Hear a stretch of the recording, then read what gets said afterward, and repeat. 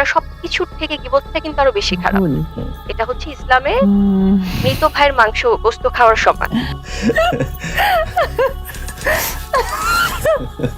বাংলাদেশের স্বনামধন্য দুই সতীন যখন সারাদিন একে অপরের নামে বদনাম করে, ফেসবুক সহ নানান জায়গায় করে ঝগড়া, তখনই একজন দিলেন একটি মহান বাণী।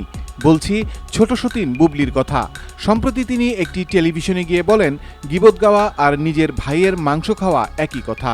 আর এবার বড় সতীন মানে অপু বিশ্বাসকে সেই অডিও শোনানো হলে তিনি এর পাল্টা জবাব দেন। যে মানুষটা এই ধরনের কথাবার্তা বলে সেই মানুষটা নাকি কোন একটা প্রোগ্রামে বলেছিল যে গীবত করলে নাকি নিজের ভাইয়ের মাংস খাওয়া হয়। তো আমি যতটুকু শুনেছি উনি নাকি অসুস্থ না হাবি যাবি। তো একটা মেয়ে মানুষের একটা এইরকম ক্রিটিক্যাল সিচুয়েশনেও সে গীবত করে চলে গেল। হ্যাঁ, সে গীবত করে গেল। তাহলে কি এইটা নিয়েও আমার ভক্তরা যেমন লিখেছে নাকি টুকটাক আমি শুনলাম যে সেই তো তার নিজের ভাইয়ের মাংস খেলো।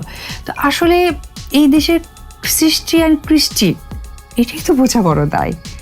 That's it. বাট ওভারঅল এইটুকুই বলবো যে হেটার্স ভক্ত সকলের প্রতি আমার শুভকামনা অ্যান্ড সকলের প্রতি আমার অনেক বেশি কৃতজ্ঞতা।